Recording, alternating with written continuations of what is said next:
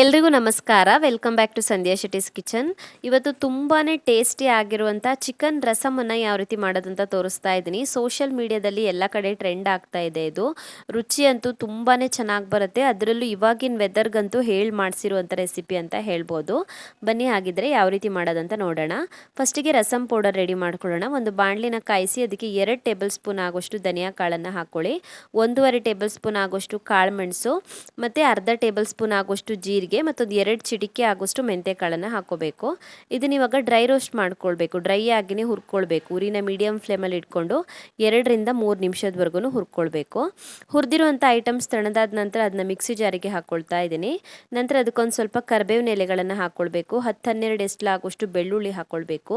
1 inch ಆಗೋಷ್ಟು ಶುಂಠಿ ಹಾಗೆಯೇ ಸ್ವಲ್ಪ ಕೊತ್ತಂಬರಿ ಸೊಪ್ಪನ್ನು ಹಾಕ್ಕೊಳ್ಬೇಕು.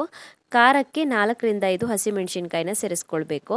ಇದನ್ನ ಇವಾಗ ತರ್ತರಿಯಾಗಿ ಪುಡಿ ಮಾಡ್ಕೊಳ್ಬೇಕು. ನೀರು ಹಾಕಬಾರ್ದು, ಹಾಗೆಯೇ ಜಾಸ್ತಿ ನೈಸಾಗಿನೂ ಪುಡಿ ಮಾಡ್ಕೊಳ್ಳೋದು ಬೇಡ. ತರ್ತರಿಯಾಗಿ ಪುಡಿ ಮಾಡ್ಕೊಳ್ಳಿ. ನಂತರ ರಸಮ್ ಮಾಡೋದಕ್ಕೆ ಒಂದು ಪಾತ್ರೆನ ಕಾಯಿಸಿ ಅದಕ್ಕೆ 3 ರಿಂದ 4 ಟೇಬಲ್ ಸ್ಪೂನ್ ಆಗೋಷ್ಟು ಎಣ್ಣೆ ಹಾಕ್ಕೊಳ್ಬೇಕು. ನಾನಿಲ್ಲಿ ಕೋಕೋನಟ್ ಆಯಿಲ್ ತೊಗೊಂಡಿದ್ದೀನಿ, ನೀವು ಬೇರೆ ಎಣ್ಣೆ ಕೂಡ ಬಳಸ್ಬೋದು. ನಂತರ ಇದಕ್ಕೆ 1/4 ಚಮಚ ಆಗೋಷ್ಟು ಸಾಸಿವೆ, 1/4 ಚಮಚ ಆಗೋಷ್ಟು ಜೀರಿಗೆ, ಒಂದು ಸ್ವಲ್ಪ ಕರಿಬೇವಿನ ಎಲೆಗಳು ಹಾಗೆಯೇ ಒಂದು ಸ್ವಲ್ಪ ಬೆಳ್ಳುಳ್ಳಿ ಎಸ್ಲುಗಳನ್ನು ಜಜ್ಜಿ ಹಾಕ್ಕೊಳ್ತಾ ಇದ್ದೀನಿ. ಈ ಥರ ರಸಮ್ಗೆ ಬೆಳ್ಳುಳ್ಳಿ ಜಾಸ್ತಿ ಹಾಕಿದಷ್ಟು ರುಚಿಯಾಗಿಯೇ ಬರುತ್ತೆ. ಸ್ವಲ್ಪ ಹೊತ್ತು ಫ್ರೈ ಮಾಡ್ಕೊಳ್ಳೋಣ. ಇದು ಫ್ರೈ ಆದ ನಂತರ ಇದಕ್ಕೆ ಇವಾಗ ಈರುಳ್ಳಿ ಹಾಕ್ಕೊಳ್ತಾ ಇದ್ದೀನಿ. 2 ಈರುಳ್ಳಿ ತೊಗೊಂಡಿದ್ದೀನಿ. 2 ಈರುಳ್ಳಿನ ಆದಷ್ಟು ಸಣ್ಣಗೆ ಹೆಚ್ಚಿ ಹಾಕ್ಕೊಳ್ಬೇಕು. ಇಲ್ಲಾಂದರೆ ಈರುಳ್ಳಿನ ಕಟ್ ಮಾಡಿಬಿಟ್ಟು ಜಜ್ಜಿ ಕೂಡ ಹಾಕ್ಕೊಳ್ಬೋದು.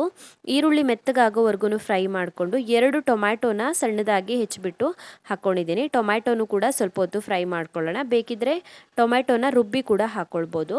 ಟೊಮ್ಯಾಟೋನ ಸ್ವಲ್ಪ ಹೊತ್ತು ಫ್ರೈ ಮಾಡ್ಕೊಂಡ ನಂತರ ಇದಕ್ಕೆ ಇವಾಗ ಚಿಕನ್ ಹಾಕ್ಕೊಳ್ತಾ ಇದ್ದೀನಿ. ನಾನಿಲ್ಲಿ 3/4 kg ಆಗೋಷ್ಟು ಚಿಕನನ್ನು ತೊಗೊಂಡಿದ್ದೀನಿ. ನಾನಿಲ್ಲಿ ಹಾಕಿರುವಂಥ ಮಸಾಲೆಗೆ ಅರ್ಧ ಇಂದ 1 kgವರೆಗೂ ಚಿಕನನ್ನು ತೊಗೊಳ್ಬೋದು. ನಾನು 3/4 kg ಆಗೋಷ್ಟು ಚಿಕನನ್ನು ತೊಗೊಂಡಿದ್ದೀನಿ. ಚಿಕನನ್ನು ಸೇರಿಸ್ಬಿಟ್ಟು ನಾವು ರೆಡಿ ಮಾಡಿ ಇಟ್ಕೊಂಡಿರುವಂಥ ರಸಮ್ ಪೌಡರ್ನ ಸೇರಿಸ್ಕೊಳ್ಳೋಣ. ಹಾಗೆಯೇ ಅರ್ಧ ಚಮಚ ಆಗೋಷ್ಟು ಅರಿಶಿಣದ ಪುಡಿ ಸೇರಿಸ್ಕೊಳ್ತಾ ಇದ್ದೀನಿ. ಸ್ವಲ್ಪ ಹೊತ್ತು ಚೆನ್ನಾಗಿ ಮಿಕ್ಸ್ ಮಾಡ್ಕೊಳ್ಳಿ.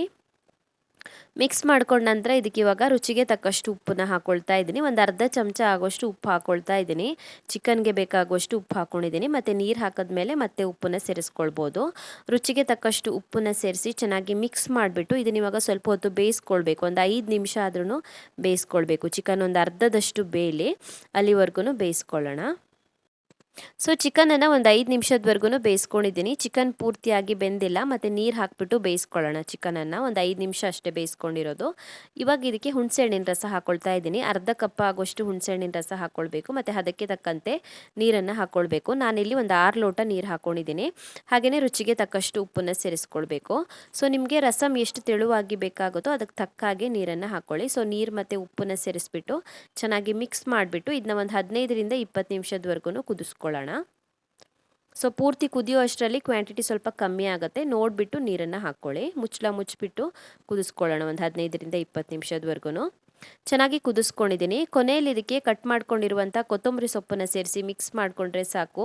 ತುಂಬಾ ಟೇಸ್ಟಿ ಆಗಿರುವಂಥ ಚಿಕನ್ ರಸಮ್ ರೆಡಿ ಆಗುತ್ತೆ. ಇವಾಗಿರುವಂಥ ವೆದರ್ಗಂತೂ ಬೆಸ್ಟ್ ರೆಸಿಪಿ ಅಂತ ಹೇಳ್ಬೋದು. ವೈಟ್ ರೈಸ್ ಜೊತೆ ತಿಂತಾ ಇದ್ದರೆ ಅನ್ನ ಖಾಲಿ ಆಗಿದ್ದೇ ಗೊತ್ತಾಗಲ್ಲ, ಅಷ್ಟೊಂದು ರುಚಿಯಾಗಿ ಬರುತ್ತೆ. ನೀವು ಕೂಡ ಟ್ರೈ ಮಾಡಿ, ಖಂಡಿತ ಇಷ್ಟ ಆಗುತ್ತೆ. ಸೊ ನಾನು ಟ್ರೈ ಮಾಡಿರುವಂಥ ಚಿಕನ್ ರೆಸಿಪಿಗಳಲ್ಲಿ one of the best recipe ಅಂತ ಹೇಳ್ಬೋದು. ಸೊ ರುಚಿಯಾಗಿರುವಂಥ ಚಿಕನ್ ರಸಮ್ ನಿಮಗೆ ಇಷ್ಟ ಆಗಿದ್ದರೆ ವಿಡಿಯೋಗೊಂದು ಲೈಕ್ ಕೊಡಿ, ಕಮೆಂಟಲ್ಲಿ ತಿಳಿಸಿ ಹೇಗಿದೆ ಅಂತ.